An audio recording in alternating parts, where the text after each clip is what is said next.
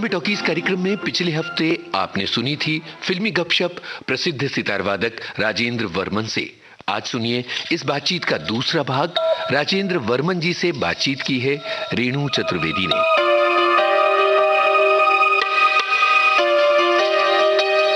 Bombay talkies सुनने वाले सभी श्रोताओं को रेणु चतुर्वेदी का नमस्कार। बॉम्बे टॉकीज में साथियों, आप सुन रहे हैं आजकल सितार वादक राजेंद्र वर्मन जी को।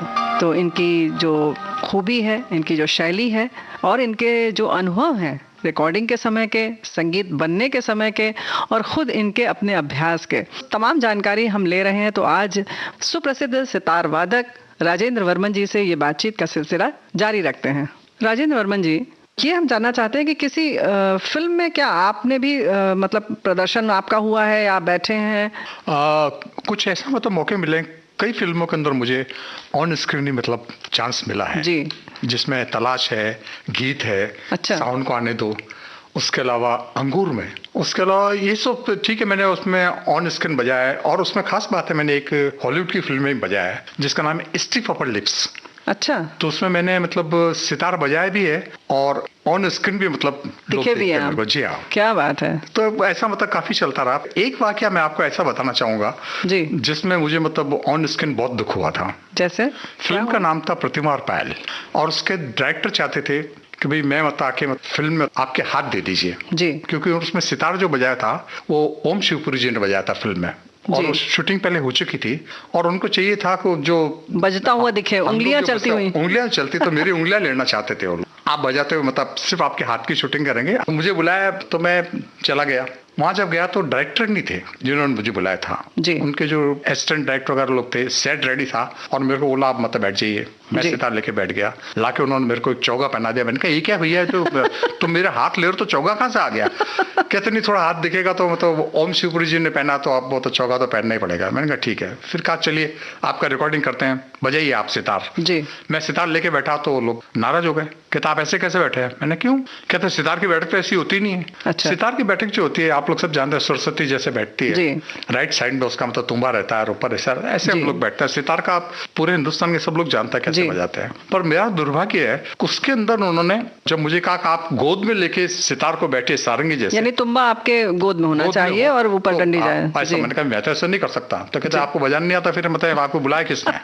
आपसे कह रहे हैं कि आपको सितार बजाना नहीं आता। तो मैं बहुत नाराज हो गया। मैंने कहा मेरे को नहीं करना, मैं उठ के रवाना हो गया। तो मैं जब चला गया तो इन द मीन टाइम वो डायरेक्टर आ गए। अच्छा। डायरेक्टर आकर उन्होंने बोला भी सितार वाला कहता है उसको सितार बजाने नहीं आता। कहने तुम पागल हो रहे हो, उनको तो स्पेशल मैंने बुलाया था, ये सितारिस्ट। बड़े रिक्वेस्ट से बुलाया था उनको। कहा वो तो चले गए।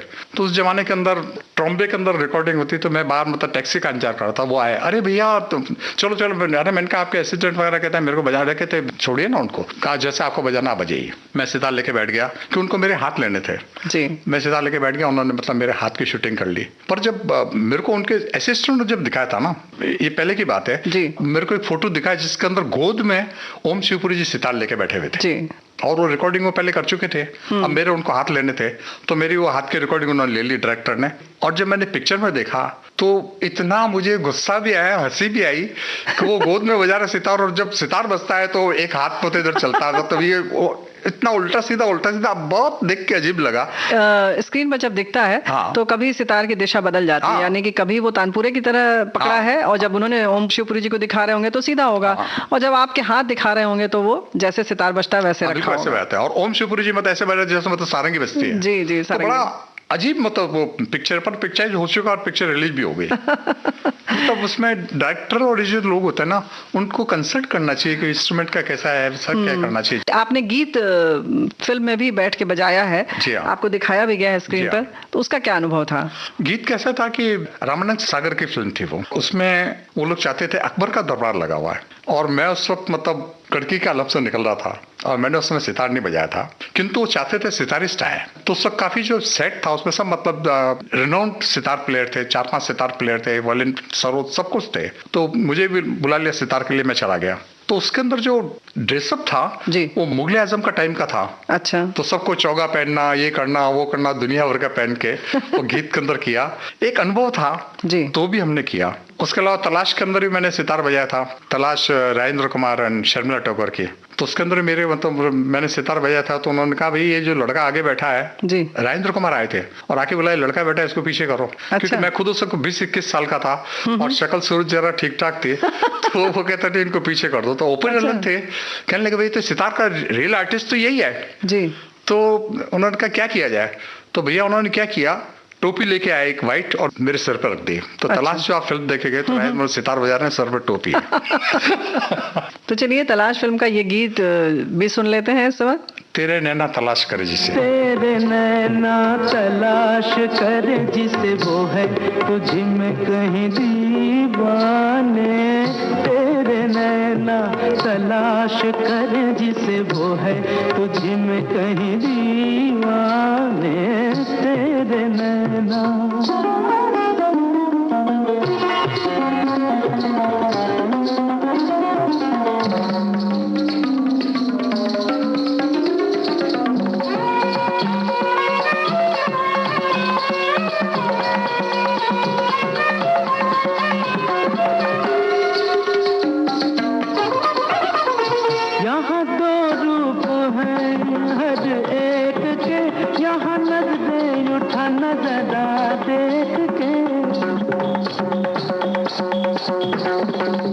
जब उसकी मोहब्बत में गुम है तू, वही सूरत नजर आएगी चार सू।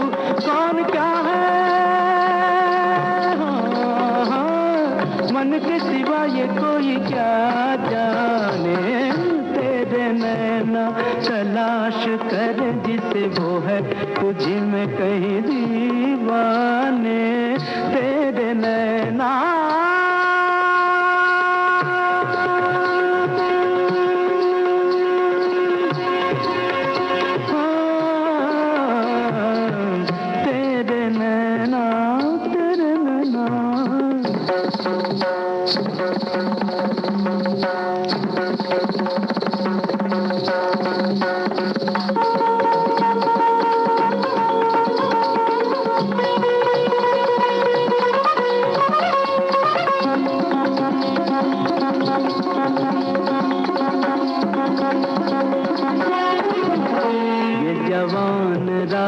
लेके तेरा नाम कहे हाथ बढ़ा कोई हाथ थाम। ये जवान रात लेके तेरा नाम कहे हाथ बढ़ा कोई हाथ थाम। ये जवान रात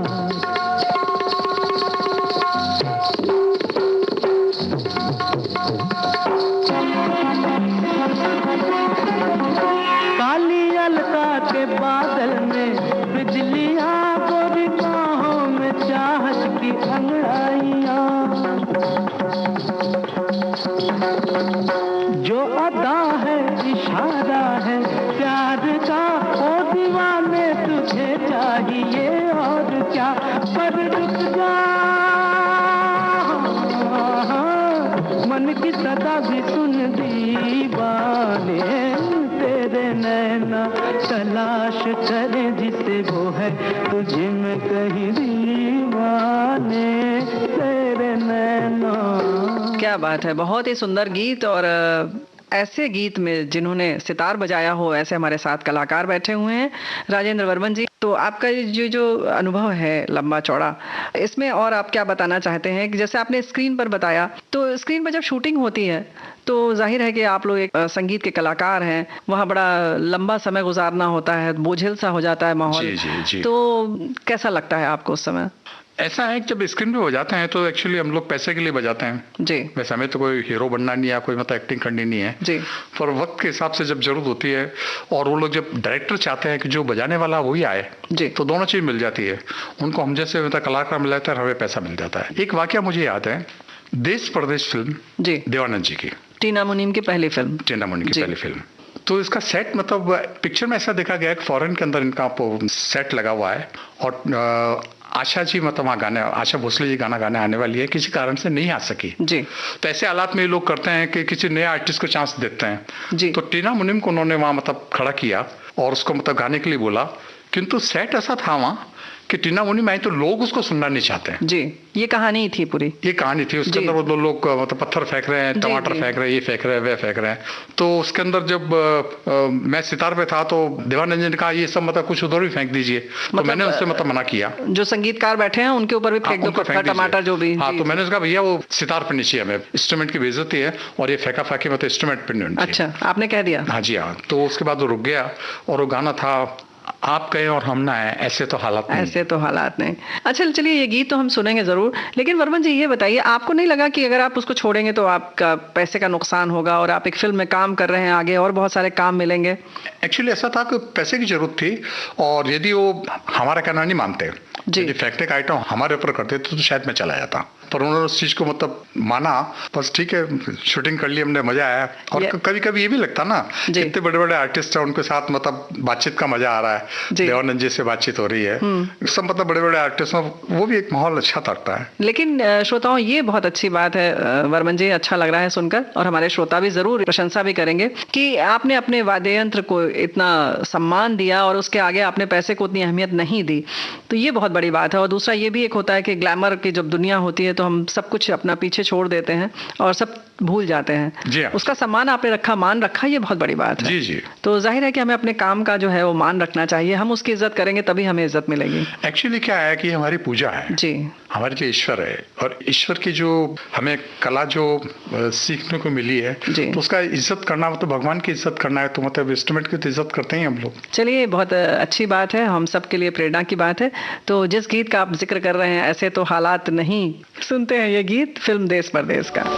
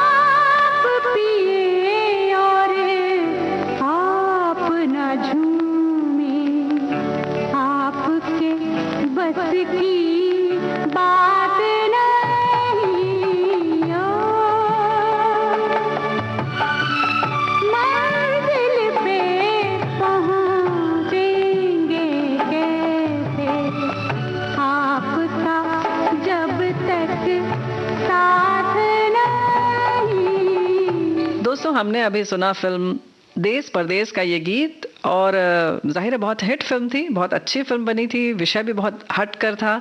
देवानंद जी की फिल्म, उनका निर्देशन, और टीना मुनीम की पहली फिल्म, टीना मुनीम की पहली फिल्म, और राजेंद्र वर्मन जी ने उसमें सितार बजाया है, जिनसे हम बातचीत कर रहे हैं, और आप स्क्रीन पर भी दिखे। उससे जुड़ा हुआ कुछ और वाकया भी आप बता रहे थे? उसमें खास वाकया ये है कि जब वो गाना खत्म होता है तो सबको भगना होता है, सबसे पहले मैं ही भागता हूँ कहीं सितार पे कोई चीज नहीं हो जाए।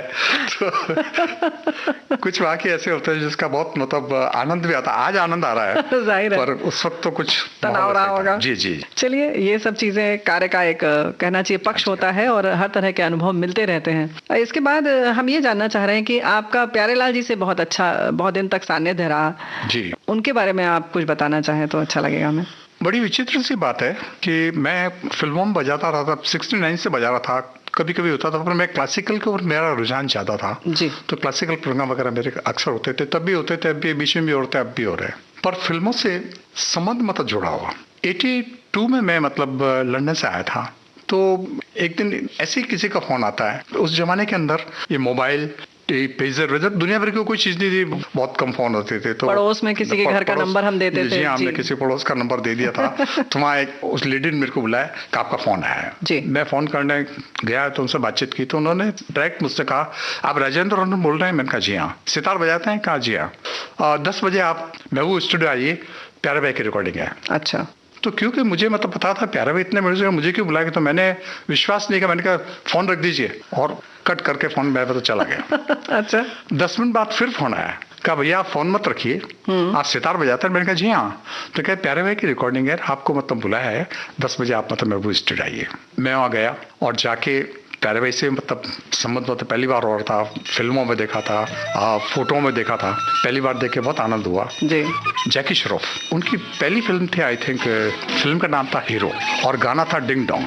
तो उसके अंदर मतलब मुझे उनको पहली बार मतलब बजाने का चांस मिला, और उसके बाद तो मैं मतलब 20-25 साल उनके साथ काफी बजाया मैंने। ये गीत सुन लेते हैं यहाँ पर।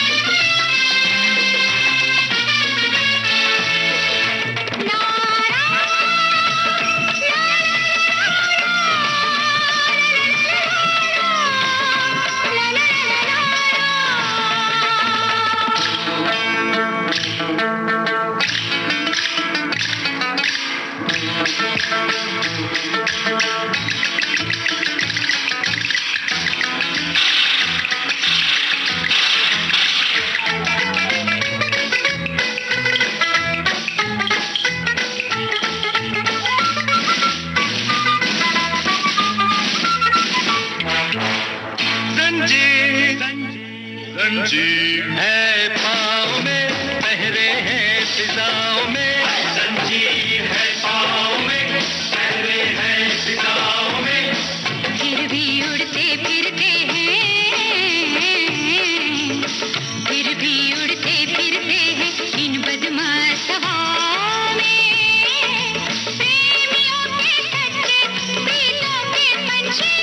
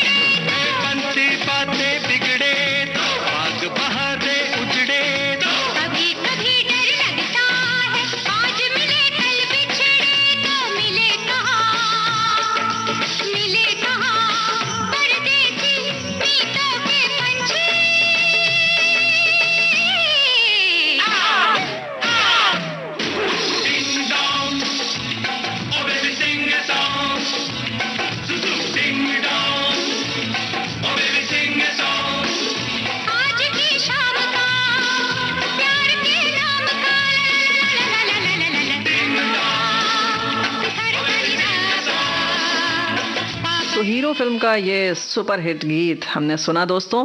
तो प्यारेलाल जी के संग आपका जो आपने बताया कि 20-25 साल फिर आपने लगातार उनके साथ काम किया, तो और क्या अनुभव रहा आपका उनके साथ? प्यारे भाई का म्यूजिशियन के फायदे के लिए जी बहुत रुझान रहता था और वो चाहते थे कि म्यूजिशियंस को मतलब बहुत पैसा मिले। अच्छा। बहुत रिस्पेक्ट करते थे, खास करके जो क्लासिकल के जो आर्टिस्ट थे, उसमें हरिजी थे, शिवजी थे, सब बड़े बड़े आर्टिस्ट थे, तो बहुत रिस्पेक्ट करते थे और बहुत प्यार से बातचीत करते थे। हीरो के बाद में काफ़ी फिल्मों में उनके साथ बजाया, पर एक वाकया मुझे ऐसा याद आ रहा है जो उनके हृदय का पता लगता है कि मतलब कलाकार की कैसे इज्जत करते हैं वो। एक मैसेंजर हुआ करते थे जिसके थ्रू ये लोग मतलब हमको बुलाते थे। वो मैसेंजर घर पे आके हमको मैसेज देते थे कि फलानी तारीख को आप आ जाइए 10 बजे। 2 शिफ्ट होती थी, 10 बजे और 4 बजे जी। ताकि मैसेज देते थे 10 बजे आपको आ जाना, तो हम लोग पहुंच जाते थे, या 4 बजे तो पहुंच जाते थे जी। तो उनके मैसेंजर ने मेरे को मैसेज दिया कि आपको 10 बजे महबूब स्टूडियो जाना है जी। मैं सितार लेके पहुंच गया। प्यारे भाई वो आने में उनको टाइम था, तो हम लोग वहाँ महबूब स्टूडियो चाय पीने चले गए। पता लगा कि मतलब प्यारे भाई आ गए हैं, तो मैं वापस गया और जाके मतलब वो सितार लेके मैं निकल रहा था। मैं वो स्टूडियो में फर्स्ट फ्लोर पे स्टूडियो, मैं उतर रहा था, प्यारे भाई मतलब चढ़ रहे थे, तो मेरे को देख के बोले कहाँ जा रहे हो? मैंने कहा प्यारे भाई बोला कि मतलब अभी सुबह की शिफ्ट में मेन्यू में तो 4 बजे से शिफ्ट में हूँ। यानी कि आपकी शिफ्ट 4 बजे थी और गलती से आपको संदेश 10 बजे का मिल गया। तो प्यारे भाई का दिल देखिए, उन्होंने नहीं नहीं तुम कहाँ जा रहे हो, चलो ऊपर चलो। अच्छा। और जाते बिठा के कहा चलो सितार लेके आओ, और वो गाना था जो जो जो जो जो उस गाने के अंदर उन्होंने पहले मतलब सितार का पीस दे दिया, मैंने उसमें बजाया।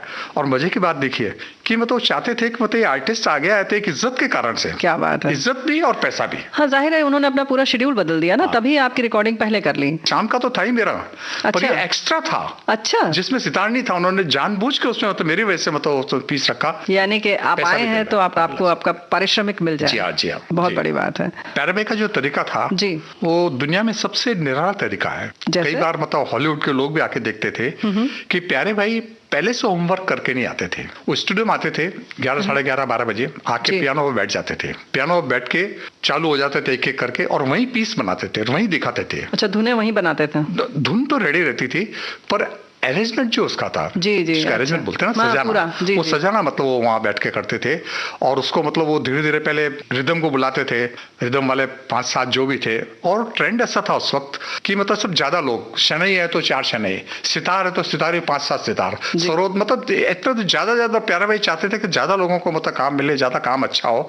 और वेस्टर्न के साथ जब इंडियन इंस्ट्रूमेंट उसकी आवाज कम होती सितार की, सरोद की, तो उनके लिए वो चाहते थे 4 सितार आ जाए, 6 सितार आ जाए, भरा हो पूरा। जी हाँ, तो ऐसा मतलब उनका रहता था कर। इस चक्कर में क्या होता था कि पहले ये किया, फिर फ्लूट को दिखाया, फिर शनाई को दिखाया, फिर सितार को सबको बजवाते थे, बजा के सेट करके देखते थे, और फिर बहुत खूबसूरत बात करते थे। पीस बता दिया, फिर हमको बोलते थे यार तुम लोग अपने हिसाब से उसको सेट कर लो। अच्छा। मतलब कैसे मिड लेनी, क्या करनी है, सब सेट हो जाता। और शाम तक उनका ये चलता रहता था। और इस चक्कर में 4 बजे की जो शिफ्ट थी वो कभी 10, 11, 12 बज जाते थे, 2 बज जाते थे। और हम लोगों को 4 बजे के बाद मतलब वो ओवर टाइम मिलता था जी। और 8 बजे के बाद डबल ओवर टाइम। अच्छा। आपको सुन के ताजुब होगा, हीरो का गाना डिंग डो है वो 3 दिन में कंप्लीट हुआ। सुबह से हम जाते थे 10 बजे, रात को 12-1 बजे, फिर दूसरे दिन, फिर तीसरे दिन, तो मतलब जितना पेमेंट मिलना था उससे शायद मेरे को 10 गुना ज्यादा पैसा मिला। वो चाहते थे कलाकारों का पैसा बहुत मिले, और उनकी लिस्ट में जो जो आर्टिस्ट थे, जो पुराने आर्टिस्ट थे, वो भी रहते थे। अच्छा। और काफी लोगों को मतलब मदद करते थे वो, और दिल के बहुत ही अच्छे आदमी, बहुत प्यारे इंसान, और इतना अच्छा अरेंजर आई थिंक बहुत सुंदर अपने मतलब फिल्म इंडस्ट्री में बहुत मुश्किल से मिलेगा। जी। प्यारेलाल जी की तो क्या बात है। लक्ष्मीकांत प्यारेलाल जी की जो जोड़ी है, उन्होंने बहुत सारे अमर गीत बनाए हैं, मतलब बहुत लंबी लिस्ट है, बहुत लंबी लिस्ट। अच्छा, उसमें आपको एक खास बात बता दूं कि मैंने प्यारेलाल जी गुलाब वायलिन अच्छा बजाते थे, पियानो बजाते थे, पर लक्ष्मीकांत जी मैंडोलिन बहुत अच्छा बजाते थे जी। ये दोनों कंपोजर तो थे। कंपोजर मतलब ऐसा है कि कुछ दुनिया प्यारेलाल जी बनाते, कुछ लोग लक्ष्मीकांत जी बनाते थे, कुछ दोनों बैठ के मिलकर बनाते थे जी। पर he was expert in violin, और वो मतलब मैंडोलिन के एक्सपर्ट थे। जो आपने दरिया दिली की बात की या लोगों को मदद करने की बात, उसके बारे में और क्या कहना चाहेंगे आप? ऐसा है कि प्यारे भाई की मतलब हमेशा से इच्छा रही है कि जो हमारे सीनियर आर्टिस्ट जो बुजुर्ग हो गए हैं जी, और जिन्होंने अच्छा काम किया है और अब वो काम नहीं कर पा रहे हैं जी, तो ऐसे लोगों को एक उन्होंने लिस्ट बना रखी थी, उनको फाइनेंशियली मतलब हेल्प मिले। 20-25-30 ऐसे आर्टिस्ट थे जो उनकी लिस्ट में पहले ही रहते थे पेमेंट के लिए। अच्छा। उन सबको मतलब फाइनेंशियली मतलब उनको सपोर्ट मिलता था। उसके बाद हम लोग जो बजा रहे हैं हम लोगों का नाम रहता था। क्या बात है। तो ऐसे मतलब कोई भी मतलब आर्टिस्ट होता था उनको बहुत मदद करते थे वो। लक्ष्मीकांत प्यारेलाल जी की इतनी बात हो गई, किस फिल्म का गीत आप सुनना पसंद करेंगे राजेंद्र जी? लक्ष्मीकांत प्यारेलाल जी का एक गीत और हमने बजाया है, शायद राम लखन का है। वो राम जी बड़ा दुख दिनों से मैंने सितार बजाया है, क्या बड़ा खूबसूरत गीत है। हाँ।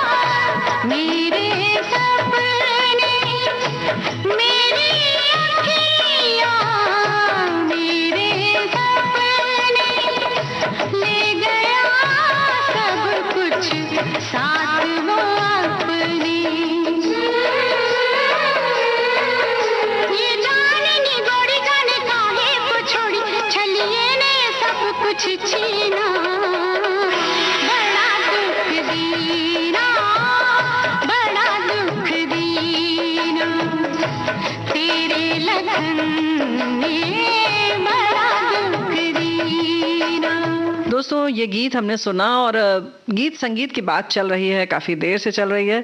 ऐसा तो हो ही नहीं सकता कि इस इंडस्ट्री में जो सरस्वती जी की कहना चाहिए कि बिल्कुल प्रतिमा है हमारी लता मंगेशकर जी, उनके बारे में बात ना हो ये तो हो नहीं सकता श्रोताओं। तो राजेंद्र जी आप उनके बारे में क्या कहना चाहेंगे और आपका खुद क्या अनुभव है? देखिए ऐसा है, सिने म्यूजिशियन एसोसिएशन जो बना जी वो 1952 में बना और तब वो लता जी से मिलके चेयरपर्सन थी, वहाँ की चेयरमैन थी। एक्चुअली लता भाई को हमेशा इच्छा रहती है कि मैं संगीतकारों से मिलती रहूं, म्यूजिशियनों से मिलती रहूं, उनको चैरिटी करती रहूं। उनके गीत आपने सुने ही, मतलब वो तो सरस्वती के रूप है बिल्कुल। मैंने उनके मतलब काफी गीत बजाए हैं सब म्यूजिक डायरेक्टरों के साथ। पर एक विशेष बात बता रहा हूँ मैं आपको, क्या कि टीवी का प्रोग्राम था एक महात्मा गांधी के लिए, 2 अक्टूबर से पहले उनका रिकॉर्डिंग करना था जी। तो उसमें उनके जो प्री भजन थे, ये कार्यक्रम था महात्मा गांधी के प्री भजन। तो उसमें वैष्णव जन तो ये पायोजी में राम रतन दास, 3-4 गाने थे। तो उस वक्त उन्होंने सितार के लिए जी खास करके मुझे बुलाया था। दूरदर्शन जब देखेंगे, जब ये गाना चलता है तो उसमें मैं और रोशन जमाल, एक मेरे मित्र थे, हम दोनों ने सितार बजाया है। पायो जी मैंने राम रतन, अच्छा, और वो जो वैष्णव जन तो है, दोनों मतलब स्क्रीन पे भी है, हम लोगों ने बजाया है। तो ये किस सन की बात होगी? 30-35 साल तो पुरानी बात होगी, क्योंकि जब मैं देखता हूँ उसके अंदर तो लता बाई भी यंग और मैं भी यंग हूँ। तो हम सुनते हैं ये वाला भजन।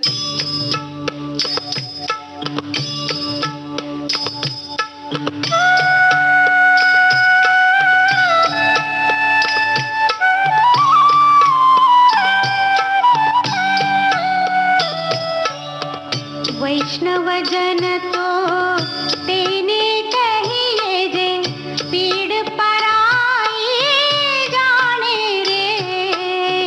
वैष्णव जन तो तेने कहिए जे, पीड़ पराई जाने रे। पर दुखे उपकार करे तोए, मन अभिमान ना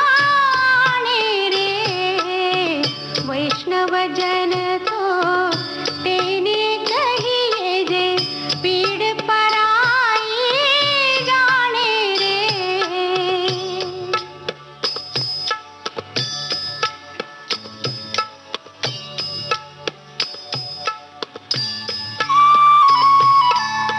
सकल लोक मां सहुने वंदे, निंदा न करे केनी रे।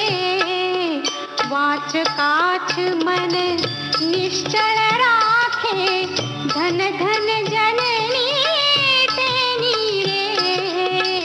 वैष्णव जन तो तेने कहिए जे, पीड़ पराई जाने रे।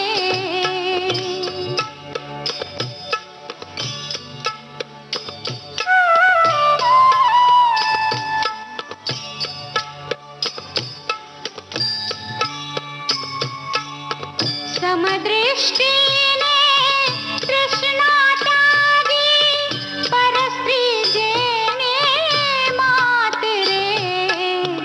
जिह्वा थकी असत्य न बोले, पर धन नव झाले हाथ रे। वैष्णव जन तो तेने कहिए जे, पीड़ पराई जाने रे।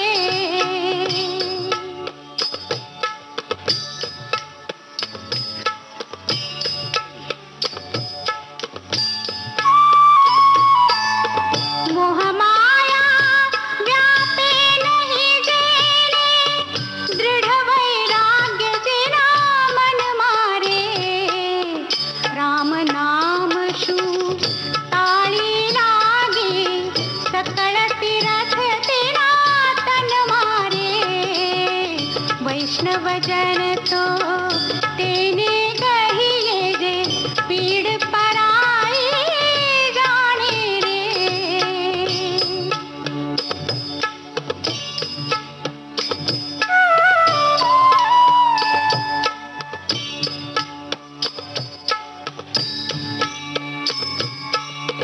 वण लोभी ने कपट रहित छे, काम क्रोध निवार्या रे। घणे नरसैयो तेनु दर्शन करता, कुळ एको तेरे तार्या रे। वैष्णव जन तो तेने कहिए जे, पीड़ पराई जाने रे। पर दुखे उपकार करे तोए, मन अभिमान नाने रे। वैष्णव जन तो तेने कहिए जे, पीड़ पराई जाने रे। राजेंद्र वर्मन जी, ये बताइए मुझे कि ये तो हो गई जो आपके काम से संबंधित बातें या आपने काम किया, खास तौर से ये फिल्म इंडस्ट्री में। इसके संग संग आपके व्यक्तिगत तौर पर क्या शौक हैं, आप खुद क्या पसंद करना चाहते हैं राजेंद्र वर्मन जी? मुझे गाना पसंद है, म्यूजिक सुनना पसंद है, लिरिक्स पसंद है, गीत गजल मेरे को पसंद आती है। मुझे एक वाकया याद आता है कि एक बार मैं आकाशवाणी से खार आ रहा था और मेरे साथ इंदिवर जी थे। तो अचानक वो बातचीत होने लगी कि भाई तुम कैसे हो, क्या है, तुम सितार बजाते हो, हमारे मतलब गाने आपको कैसे लगते हैं? अच्छा। तो मैंने उनसे बोला, मैंने कहा इंदिवर जी, जिंदगी भर से हम गाने सुन रहे हैं और एक गाना आपने ऐसा लिख दिया है जो पूरा ही मतलब हिस्ट्री चेंज कर देता है प्यार मोहब्बत की। अच्छा। लोग कहते हैं लैला मजनू, शेर फराज सब मतलब प्यार में मर जाएंगे, ये कर जाएंगे, कूद जाएंगे, दुनिया भर का सब काम कर लेंगे, सब मतलब प्यार में जी लुट जाएंगे। किंतु आपने जो लिखा गीत वो मैंने कहा मुझे बचपन से पसंद है, और वो है छोड़ दे सारी दुनिया किसी के लिए, ये मुनासिब नहीं आदमी के लिए। क्या बात, प्यार से जरूरी कई काम है। मेरे ख्याल से जिंदगी में पहली बार किसी ने कहा कि प्यार से जरूरी काम, बाकी लोग कहते हैं प्यार ही सब कुछ है। तो उन्होंने कहा टैक्सी रोको, टैक्सी रोके, गले लगे, कहते बेटा ये तुम जैसों को तो पसंद है, ऐसे तो इसलिए तो लिखा है। तो बड़ा अच्छा लगता है। तो भाई इतना उम्दा गीत तो इस समय तो सुनना ही पड़ेगा ना। जी हाँ। सारी दुनिया किसी के लिए, ये मुनासिब नहीं आदमी के लिए। छोड़ दे सारी दुनिया किसी के लिए, ये मुनासिब नहीं आदमी के लिए। प्यार से भी जरूरी कई काम है, प्यार सब कुछ नहीं जिंदगी के लिए। छोड़ दे सारी दुनिया किसी के लिए।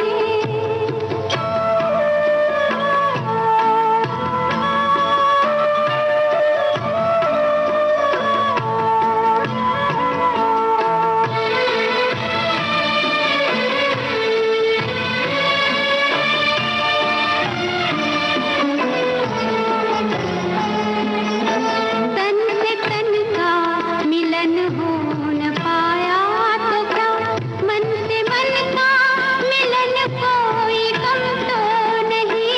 मन से मन का मिलन कोई कम तो नहीं। खुशबू आती रहे दूर ही से सही, सामने हो चमन कोई कम तो नहीं। सामने हो चमन कोई कम तो नहीं। चांद मिलता नहीं सबका संसार में, चांद मिलता नहीं सबका संसार में। है दिया भी बहुत रोशनी के लिए। छोड़ दे सारी दुनिया किसी के लिए, ये मुनासिब नहीं आदमी के लिए। प्यार से भी जरूरी कई काम है, प्यार सब कुछ नहीं जिंदगी के लिए। छोड़ दे सारी दुनिया किसी के लिए। चलिए, गीत संगीत की बात हो गई, शास्त्रीय संगीत की बात हो गई, आपने कहा आपको गजल भी बहुत पसंद है। जी, मुझे याद है 2 अक्टूबर 72 को दूरदर्शन यहाँ मतलब खुला था बॉम्बे में। तो उसमें पहला जो प्रोग्राम था वो शहनाई का था। अच्छा। बिस्मिल्लाह खां का जी। और दूसरा जो प्रोग्राम था वो मन्ना डे जी का, और तीसरा प्रोग्राम जो था हलीम जाफर खान साहब का, मेरे उस्ताद जी का। जी। तो मैंने उनके साथ सितार बजाया था। अच्छा, तो वहां से मेरा टीवी और आकाशवाणी से संबंध हो गया था। जी जी। और उस जमाने में अक्सर मैं और जाता था और टीवी में मैंने काफी प्रोग्राम बजाए हैं। और उस वक्त भी ऐसा जमाना था जब गजल ने प्रवेश किया था। जी जी। जिसमें जगजीत जी, पंकज उदास, तलत अजीज, पिनाज बसानी, ये सब लोग टीवी पे आते थे। जी जी। और कोशिश करते थे कि उनके कार्यक्रम हो, उनके रिकॉर्डिंग हो। और उस वक्त ये दौर चालू हुआ था। तो लगातार आपने बताया कि दूरदर्शन पर रिकॉर्डिंग होती रही, फिर आकाशवाणी में आपने काम किया कर्मचारी के तौर पर। जी हाँ, बिल्कुल, कलाकार के तौर पर। जी, कि बाहर जो काम था ना, जब यहाँ हम आए तो सितार का काम इतना नहीं चलता था, फिल्म की रिकॉर्डिंग भी इतनी नहीं होती थी मतलब महीने में 3, 4, 8, 10 हो गई, पर एक फिक्स अमाउंट जी नहीं होता था। क्योंकि कभी रिकॉर्डिंग हो रही, कभी नहीं हो रही है। क्लासिकल प्रोग्राम भी आपको बताया कि कभी हो रहे हैं, नहीं हो रहे हैं जी। तो शादी हो चुकी थी और वाइफ चाहती थी कि एक फिक्स अमाउंट होना चाहिए जिससे राशन सब बराबर आ सके। और मुझे इत्तेफाक की बात है, उस वक्त आकाशवाणी के अंदर इंटरव्यू चल रहा था सितारिस्ट का, तो मैंने दिया था और मैं उसमें सेलेक्ट हो गया था। ये 94 की बात है। 94 में मैंने आकाशवाणी ज्वाइन किया एज ए सितार प्लेयर जी। उसमें 25 साल काम किया। तो अनुभव क्या रहा आकाशवाणी में काम करने का? आकाशवाणी का जो अनुभव है तो जिंदगी का सबसे बड़ा अनुभव है। मैं आपको बताना चाहूंगा, आकाशवाणी जब मैंने ज्वाइन किया तो सीखने को बहुत मिला, क्योंकि वहाँ हर तरह के आर्टिस्ट, क्लासिकल जितने आर्टिस्ट हैं सब लोग आते थे और सिंगर्स भी आते थे। आकाशवाणी आपको पता है गीत, गजल, भजन, क्लासिकल सब प्रोग्राम होते हैं जी। तो हर बार मेरे को कभी लता जी भी आती थी, आशा जी भी आती थी, जगजीत जी, पंकज उदास, जितने लोग हैं, शिव जी, हरि जी, जसरा जी, सब लोग आते थे। तो सबसे पहचान होती थी, सबसे बातचीत होती थी और नई नई रागें सीखने को मिलती थी, नए नए अनुभव मिलते थे। तो बहुत कुछ सीखने को मिला आकाशवाणी से। पैसा तो मिला, पैसे के साथ साथ ज्ञान भी मिला।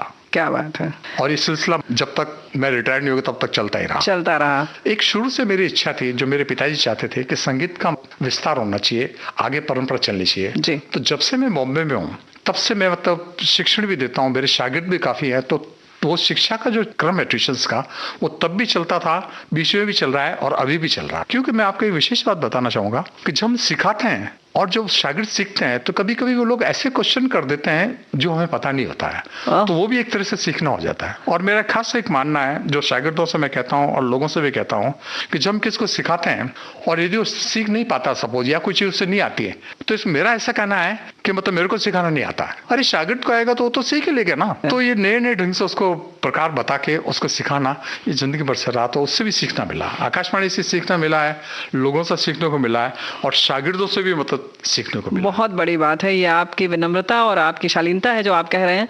और ये बात सच भी है कि कहीं ना कहीं सिखाने में आपको नए नए फिर प्रयोग करने पड़ते हैं कि इसको कैसे सिखाया जाए, जो इसका स्तर है उसमें इनको कैसे सिखाया जा सकता है। ये भी एक सीखने की कला है। बिल्कुल, और ये सिखाना भी एक आर्ट है जी। क्योंकि आप इतने बड़े कलाकार हैं या मतलब बहुत आप जानते हैं, नया जो शागिर्द आएगा उसको आप उस ढंग से सिखा नहीं सकते हैं जी। उसको अल्फाबेट से मतलब सारे उनके स्तर पर जाके धीरे धीरे उसको डेवलप करके उसको वहां तक लेके आना पड़ता। क्या बात है, बिल्कुल अपने आप में ये कला है।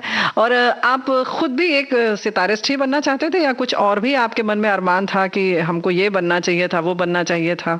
ऐसा है कि मेरे पिताजी चाहते थे कि मैं गायक बनूं, गाने का मतलब आवाज अच्छी थी, गाने का शौक भी था, अच्छा गा भी लेता था, पर मुझे वर्डिंग्स वगैरह याद नहीं होते थे तो मेरे को हमेशा होता उल्टा सीधा होता था। अच्छा। को काना रे कितनी बार गाएंगे, हर राग के अंदर काना रे है ना, काना रे नंद नंदन, वो कभी काना रे, हर राग के अंदर वो काना चल रहा था, तो दिमाग का डिस्टर्ब हो जाता था। तो मुझे मतलब गाने से उतना इंटरेस्ट नहीं रहा, सीखा मैंने गाना और संगीत इशारत किया है जो डॉक्टर। तो एक बंदिश कुछ सुनाइए ना थोड़ा सा, आप बहुत अच्छा गा रहे हैं। देखिए बागेश, एक बंदिश देखिए।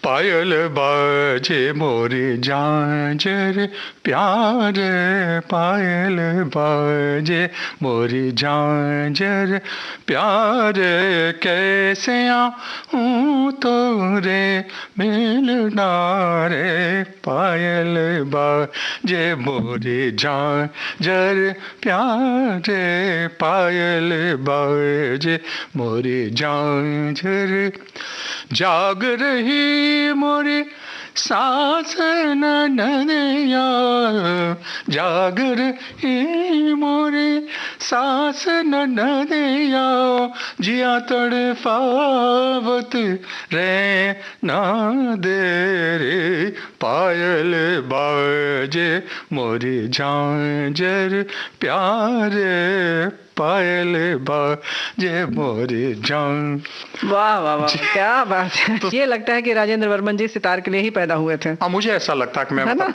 क्योंकि मेरे पिताजी ने मेरे को तबला भी सिखाया है, मैंने तबला भी सीखा है, दिलरुबा भी सीखा मैंने, सब कोशिश पिताजी कर रहे थे, पर लास्ट में मैंने कहा भी मेरे को सितार ही बजाना है और तब से लेकर अब तक सितार ही चल रहा है। चलिए, बहुत अच्छा लगा ये बात सुनकर। और जो इंसान चाहे और वही बने और वही करता रहे, ये बड़े सौभाग्य की बात है जो आपके साथ हुआ। मैं अपने शागिर्दों को 3 P की बात कहता हूँ। क्या? Practice, perfection and profession. Practice आपने की है तो आप परफेक्शन आ जाता है, और जब परफेक्शन आपका आ गया तो फिर प्रोफेशन शुरू हो जाता है। बिल्कुल, बहुत अच्छी बात है। और हमें लगता है कि जो भी कुछ सीख रहे होंगे, और हर कोई अपने अपने क्षेत्र में कुछ ना कुछ सीख ही रहा होता है, ये 3P जो आपका है वो सभी गांठ बांध लेंगे। क्लासिकल संगीत जो है समुद्र है जी। आज से 60 साल पहले मैंने यमन शुरू किया था। यमन जी जी। पहला राग अक्सर मतलब लोग यमन सीखते, मैंने भी यमन किया था। और आप यकीन कीजिए 60-65 साल हो गए हैं, जब भी मैं यमन बजता हूँ तो उसकी गहराइयां मतलब हमेशा नजर आती है, और आज तक अभी भी मेरे को उसका मतलब पूरा नहीं आया, मतलब उसमें ऐसा लगता है कि बहुत बाकी है, अभी बहुत कुछ बाकी और वो सुन के ऐसा लगता है वास्तव में जो ये समुद्र जो लोग कहते हैं बिल्कुल सही है। रागों का समुद्र इतना बड़ा है, रागें इतनी हैं और संगीत इतना विस्तृत है, विशाल रूप है इसका, उसको एक जन्म में पूरा करना मेरे ख्याल से बहुत मुश्किल है जी। कहते हैं कि पूरे एक जन्म में एक राग भी सध जाए तो बहुत बड़ी बात है। जी हाँ। राजेंद्र जी, और कौन सी फिल्म, आपने जैसे बताया था कि तोहफा भी हमने नाम लिया था। हाँ, मैंने तोहफा में मतलब बप्पी लहर जी के मतलब जो है निर्देशन में काम किया है जी। तोहफा में बजाया, तोहफा तोहफा तो ऐसे गाना उसका मतलब बजाया, बहुत अच्छा गाना है वो, बप्पी लहर जी का है। जी हाँ। और ऐसे ही अगर हम संगीतकारों की बात करें तो आप किनका नाम लेना चाहेंगे? अनु मलिक का एक फिल्म था रिफ्यूजी, उसमें एक गाना था ऐसा लगता है, मैंने उसमें भी सितार बजाया। वाह वाह वाह। और आनंद मिलिंद का जब से हम तेरे आशिक बने, आशिकी का मजा आ गया। मैं तो पूरा 50 साल बजाया, पर ये कुछ खास गाने जो याद आ गए मैंने आपको बता दिए। करीब करीब जितने म्यूजिक डायरेक्टर हैं सबके साथ मैंने मतलब काम किया है, और एक लंबी चौड़ी लिस्ट है। लेकिन फिर भी आप किनको याद कर सकते हैं? जैसे अभी आपने काफी नाम लिए, और भी कोई हैं जिनका आप जिक्र करना चाहें, जिनके संग आपने काम किया? रविंद्र चंद जी के साथ बहुत अच्छा काम जी, बहुत अच्छे म्यूजिक डायरेक्टर थे। इवन ये नदीम श्रवण भी बहुत अच्छा काम कर रहे थे, उनकी काफी फिल्मों मैंने बजाया है। आप चाहें तो उसका एक जो गाना है दिल है कि मानता नहीं, सितार अच्छा है।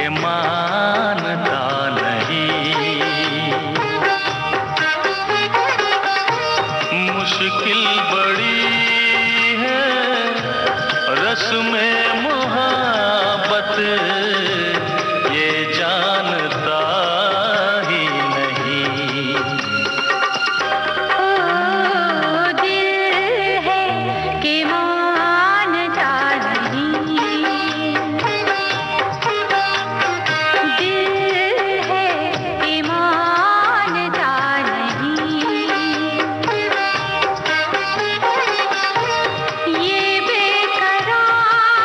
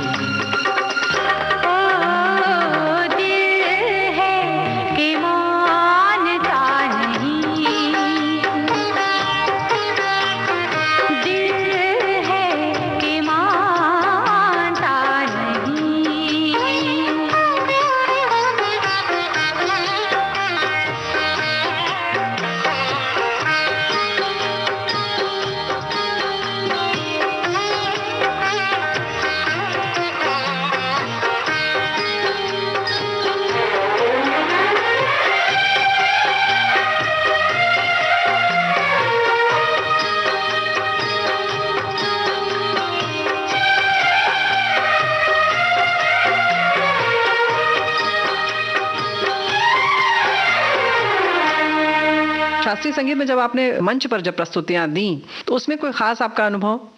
मंच के जो अनुभव है तो बहुत ज्यादा है, क्योंकि पूरे 50 साल क्लासिकल बजाया मैंने, यहाँ देश में भी बजाया है, विदेश में भी बजाया है। हाँ, आप विदेश का जिक्र कर रहे थे, तो वहाँ पर हमारे शास्त्रीय संगीत का क्या है, स्थिति क्या है, और कैसा आपको महसूस हुआ अपने देश में बजाकर और विदेश में बजाकर? जहाँ तक मैं समझता हूँ, अक्सर ये लोग पूछते हैं कि आपको सितार कहाँ बजा के अच्छा लगता है, देश में या विदेश में? तो मैं उनसे एक ही बात कहता हूँ कि मैं जब घर पे बजाता हूँ तो मुझे बहुत मजा आता है, क्योंकि जब बाहर बजाते हैं तो एक शोमैनशिप की बात आ जाती है, लोगों के लिए बजाते हैं, और जब घर बजाते हैं तो खुद के लिए बजाता है, खुद के लिए, ईश्वर के लिए। क्या बात है। तो विदेश के लिए मुझे याद है, मैं जब मतलब पहली बार जब गया था पेरिस में 81 में, ऐसा हम लोग जब बजाते हैं सितार तो कभी आंख इधर होती है, आप देखो ना चेहरा इधर उधर होता है, तो आंख में मुड़ती है, गर्दन में मुड़ती है। तो मैं क्या देख रहा था कि जब मैं ऊपर देखता था तो ऑडियंस में सब लोग ऊपर देखते थे। अच्छा। हाँ, और जब मैं राइट में देखा सब लोग राइट में देखते थे। अब मेरे समझ में नहीं आ रहा कि मतलब ये मतलब इस ढंग से कैसे चल रहा है। एनीवे वो प्रोग्राम हो गया तो मैंने ऑर्गेनाइजर से पूछा, मैंने कहा भैया ये क्या चक्कर है जी? तो कहने लगे यार वो लोग देख रहे थे कि आपने नोटेशन कहाँ लगाया हुआ है। क्योंकि वो लोग सब नोटेशन के आधार पे करते हैं, आप देखते हैं सब जी जी जी स्टैंड पे लगा होता है, या स्टैंड पे लगा, तो वो देखते हैं शायद मैंने कहीं चिपका रखा है तो शायद वो देख के बजा रहा हूँ। तो बड़ा अजीब लगा, फिर धीरे धीरे अब तो लोगों को आदत हो गई। तो आपने बताया होगा कि नोटेशन हमने अपने मस्तिष्क में लगा रखा है। और एक बात मैं आपको बताना चाहूंगा कि विदेश में संगीत के प्रचार के जो रियल एम्बेसडर है वो भारत रत्न पंडित रविशंकर जी हैं जी। उन्होंने सितार तो बजाई है जी, सितार के अलावा उन्होंने एक ऐसा मतलब रास्ता बना दिया जिसमें गाने वाले, फ्लूट वाले, मतलब सबको लेके जगह जगह बार बार जाके 30-40 लोगों को ले जाकर उन्होंने प्रोग्राम करवाया और शास्त्रीय संगीत को मतलब प्रमोट किया, वहाँ पे प्रमोट किया, लोगों को मौका मिला, हमारे देश के लोगों को, और वहीं हमारी शास्त्रीय संगीत को पूरी दुनिया में फैला दिया, पूरी दुनिया में फैला दिया। मतलब आज मतलब सितार, मैं सितार की बात करूँ तो कम से कम विदेश में कम से कम 4-5 हजार लोग सितार सीखते हैं जी हाँ, और सितार बहुत वेल नोन चीज हो गया है। उसके अलावा मतलब संतूर सीखते हैं, सरोद सीखते हैं, सब मतलब पूरे संगीत को उन्होंने मतलब उसका विस्तृत दिया। और आपको पता होगा कि रविशंकर जी बहुत अच्छे संगीतकार भी थे जी जी। उनका यदि आप गाना सुनना चाहें, जाने कैसे सपनों में खो गई आँखियां, कितना खूबसूरत बजाया है। उसमें ऐसा लगता है कि संगीत तो ही पर सितार गाने के रूप में आ रहा है। जाने कैसे सपनों में खो गई आँखियां, मैं तो हूँ जागी मेरी सो गई आँखियां। ये राग तिलक श्याम पे गाना उस पे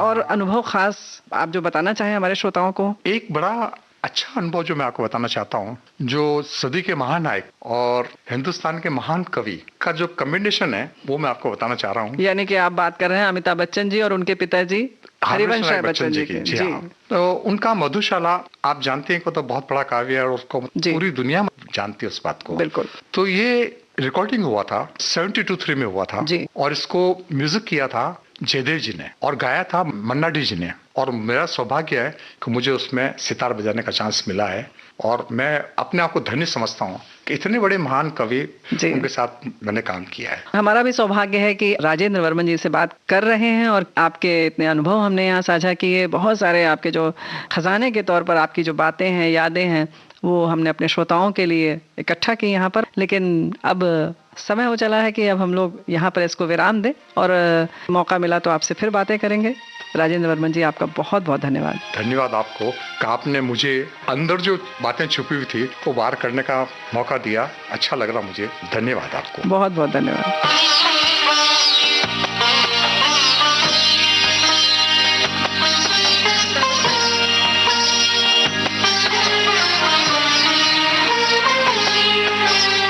बॉम्बे टॉकीज कार्यक्रम में अभी आपने सुनी प्रसिद्ध सितार वादक राजेंद्र वर्मन से रेणु चतुर्वेदी की फिल्मी गपशप।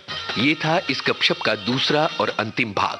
तकनीकी सहयोग विनायक तडवलकर, संपादन आकांक्षा सिंह, प्रस्तुतकर्ता जुबैर खान। डिजिटल अपना बॉम्बे टॉकीज, पिक्चर ही कल्चर है अपना बॉम्बे टॉकीज।